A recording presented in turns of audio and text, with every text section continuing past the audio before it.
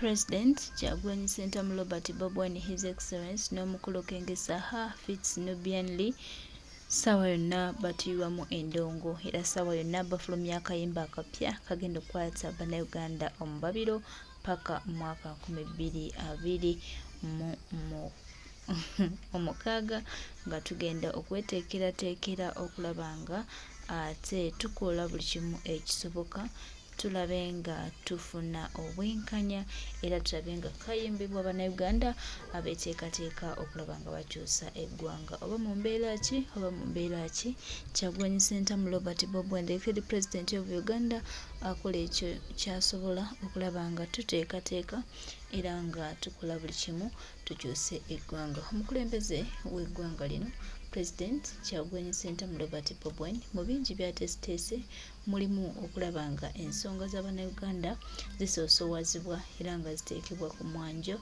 nga Bannayuganda bwe bandizeetaaze. Twongera obbajjukiza nti ebirungi Kyagulanyi Ssentamu Robert Bob Wine byalina byonna mu kayimba kano Bannayuganda bye twetaaga era Bannayuganda bye tutunuulidde. Tulina okukkiriza nti Mukama Katonda ng'ali wamu naffe, Mukama Katonda ng'atukwatiddeko, Mukama Katonda ng'atukulembedde, Uganda tejja kusigala kyekimu. Twongera okulwana, twongera okukolaganira wamu, twongera okutambulira wamu, twongera okulaba nga tubaako amataffaali ag'enjawulo ge tukola Uganda yaffe ekyuke, eggwanga lyaffe litambule ddala nga bwe lirina okutambula.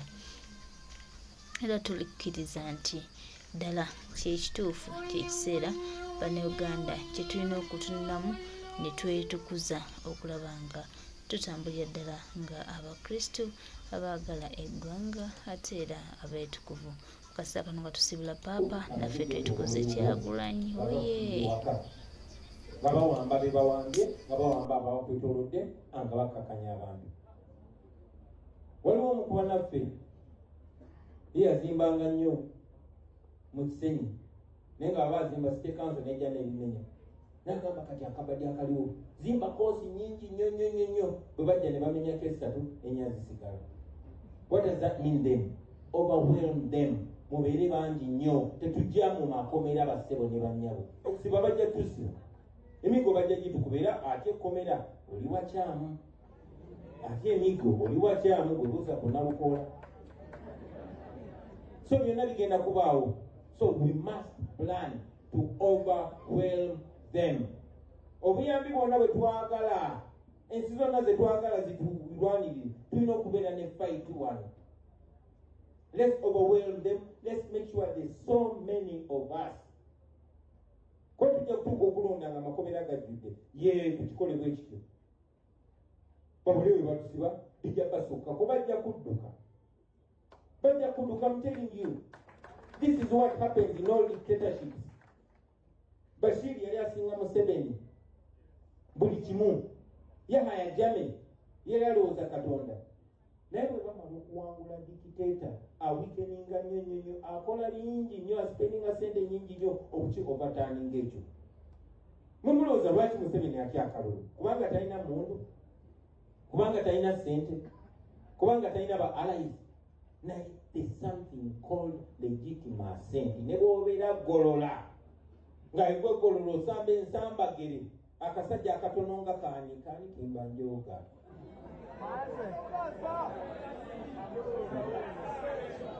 Okay, yegwe golola olina obunyama bwekana bwe buti kati nojja akasajja ngaako kapinto ne kakusanga mu nju yaako akono okwogera nnyo naye akasajja akakatono ate nga singina kawanvu nnyo nga kasambaali ako ne kakusanga mu nnyumba ne mukazi waako kasobola okufuntula ebikonde because you don't have that legitimacy.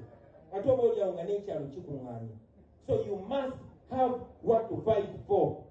Let us go into this election and win.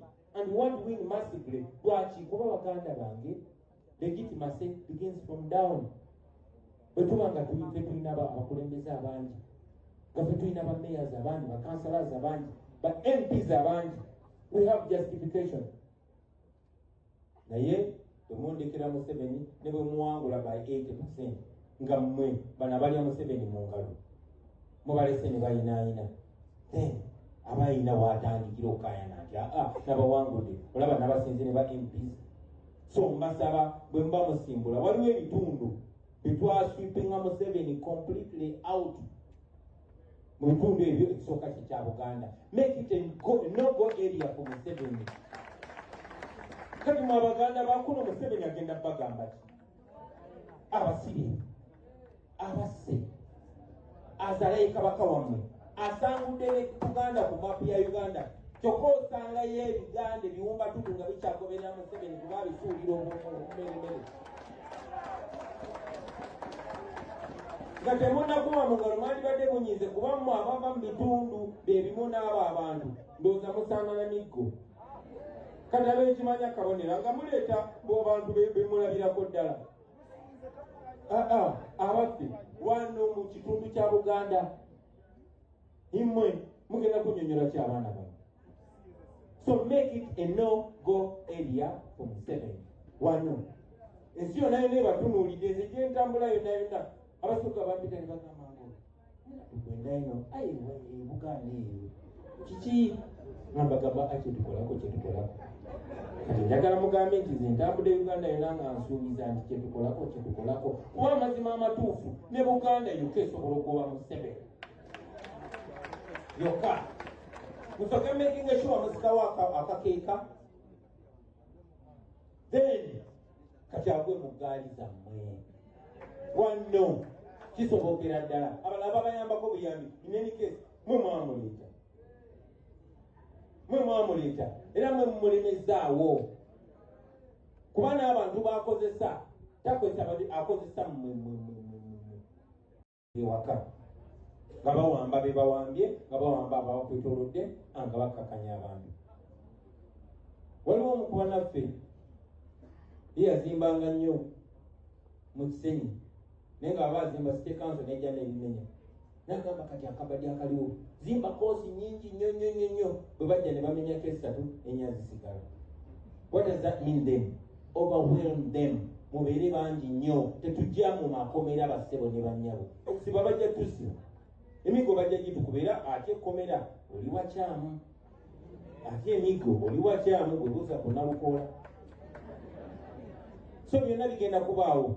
So we must plan to overwhelm them. Obuyambi bwonna bwe twagala ensi zonna ze twagala zitulwanirire tulina okubeera ne fight one. Let's overwhelm them. Let's make sure there's so many of us. Kwa tujja kutuuka okulonda nga amakomera gajjudde tukikole bwe kityo babuli we batusiba bijja basukka kuba bajja kudduka I'm telling you. This is what happens in all dictatorships. Bashir yali asinga Museveni buli kimu Yahya Jammeh yali alowooza Katonda naye bwe bamala okuwangula dictator awikeninga nnyo akola bingi nnyo aspendinga sente nyingi nnyo overturning ekyo. Mumulowooza lwaki Museveni atya akalulu? Kubanga talina muntu, kubanga talina sente, kubanga talina ba allies.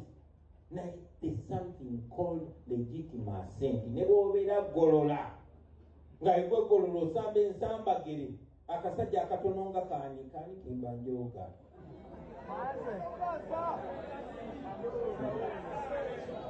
Okay, yegwe golola olina obunyama bwekana bwe buti kati nojja akasajja ngaako kapinto ne kakusanga mu nju yaako akono okwogera nnyo naye akasajja akakatono ate nga sirina kawanvu nnyo nga kasambaali ako ne kakusanga mu nnyumba ne mukazi waako kasobola okufundula ebikondi because you don't have that legitimacy.